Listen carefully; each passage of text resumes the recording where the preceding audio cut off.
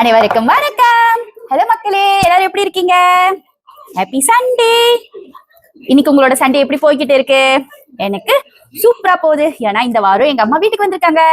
Long ஹாலிடேனால இன்னைக்கு super சமையல். காலை பசியாரியும் இப்ப லஞ்சும் எங்க அம்மானால.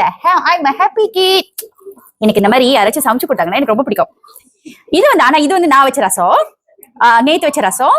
அப்புறம் அம்மா வந்து தக்காளி கீரை தேங்காய் பூ போட்டு பரட்டிட்டு இது என்ன சொல்லுவாங்க, நான் வந்து கோழி எல்லாம் எப்பயுமே வாங்கினேன்னா அது ஈரல் வந்து கூட தூக்கி போட மாட்டேன். அதுல 2 ஈரல் இருக்கும்ல, கல் ஈரல் மாவு ஈரல், அது 2ம் எடுத்து வச்சு தனியா பேக் பண்ணி வச்சிருவேன் ஃப்ரிட்ஜ்ல. ஏன்னா வந்து என் பிள்ளைங்க நான் ஒன்னும் கொடுத்து பழக்கல.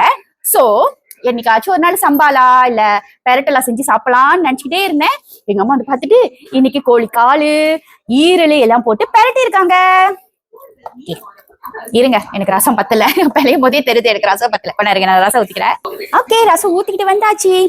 ரசம் அந்த மாதிரி அப்படியே பஞ்சர் மாதிரி இருந்தா தானே நல்லா இருக்கும். எனக்கு சோறு இந்த ரசம் எல்லாம் இப்படி போட்டு நல்லா பிழைஞ்சிடணும். ரசம் சோறு எடுத்துப்போம். சடா ரசத்துல உப்பு குறவா இருக்கிற மாதிரி நேற்று நல்லாதான் இருந்துச்சு. ஏங்க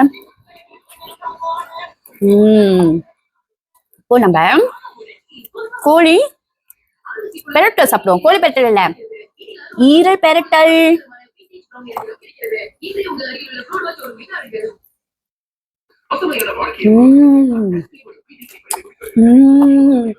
சுடா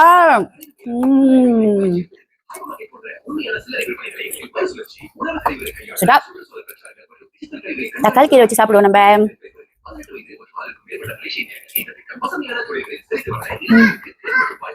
தக்காளி கீரையோட தான் செம்மையா சூப்பரா இருக்கு.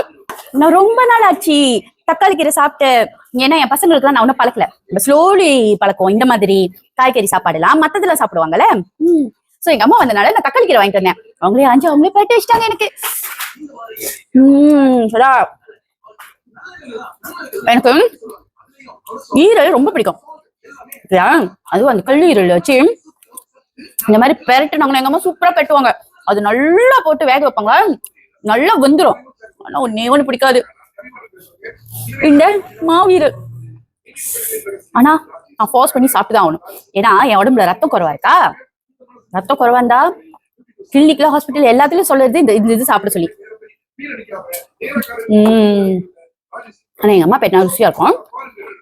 அதனால அது மொத விறுவிறுன்னு பல்ல கட்டிக்கிட்டு சாப்பிட்டு முடிச்சிடுவேன். நம்மளுக்கு எப்பயுமே நம்மளோட உடம்பு நலம் தானே முக்கியம். ஓகே மக்களே, நான் என்ன சாப்பாடு என்ஜாய் பண்ண போறேன். பாய், ஹேவ் கிரேட் டே.